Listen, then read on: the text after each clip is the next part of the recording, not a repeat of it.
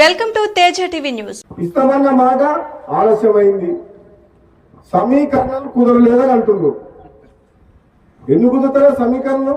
మనసు ఉంటే మార్గం ఉంటుంది. ఎవరు కుదరలేదు రాకుండా ఎందుకు కుదురుతారో సమీకరణలు? నీకు నీకు నన్ను పార్టీలో తీసుకున్నప్పుడు కదా మీ ఇద్దరు అడదం ఉండాలి కదా, తెలుసుగా.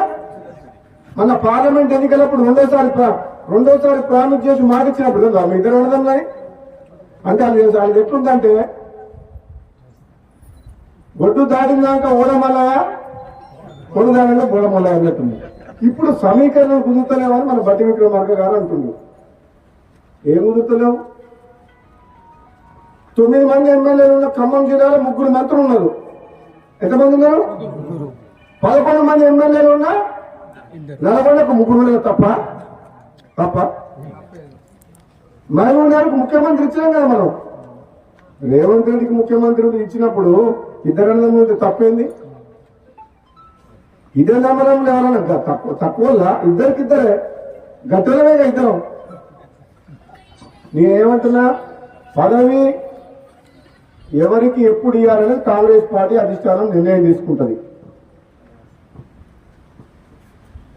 ఆలస్యమైనా సరే నేను ఓపిక పడుతున్నా. పదవుల కోసం పాటులాడే వ్యక్తిని కాను. నేను ఒకటేమంటున్నాను, ఈ ప్రాంతం ప్రజలు గతంలో ఎమ్మెల్యే గెలిపించినప్పుడు మనకు ప్రభుత్వం లేదు, టీఆర్ఎస్ ఉండే. ఇప్పుడు ఎమ్మెల్యే గెలిపించారు, మన ప్రభుత్వం ఉంది. కనీసం ఇప్పుడు ఈ ప్రాంతానికి అన్యాయం చేయొద్దు. ఈ మునుగోడు నియోజకవర్గంలో అన్ని రంగాలు అభివృద్ధి చేయాలి. నిజంగా నేను పార్లమెంట్ సభ్యులుగా పనిచేసిన 7 నియోజకవర్గాల్లో, ఎమ్మెల్సీగా పనిచేసిన నల్గొండ జిల్లా మొత్తానికి. అన్ని నియోజకవర్గాలు చూసిన మునుగోడు అంతా వెంకబాటులో ఎక్కడ లేవు. మునుగోడులో రోడ్లు లేవు, ప్రభుత్వ బడులు లేవు, ప్రభుత్వ ఆసుపత్రులు లేవు, కరెంటు సమస్యలు ఉన్నాయి. ఎన్ని రకాల మునుగోడులో మన సాగునీరు కాలువలు ఉన్నాయా? మరి మిర్యాల కూడా, హుజూర్ నగర్, కోదాడ, నాగార్జున సాగర్ ఎట్లున్నాయి కాలువల వాళ్ళకు? అంటే ఇక్కడ మనం డిండి లిఫ్ట్ ఇరిగేషన్ కోసం ఎన్నో ఏళ్ళ నుంచి కొట్లాడుతున్నాం. కమ్యూనిస్టులు కూడా పాదయాత్ర చేసి పోరాటం చేసిండ్రు.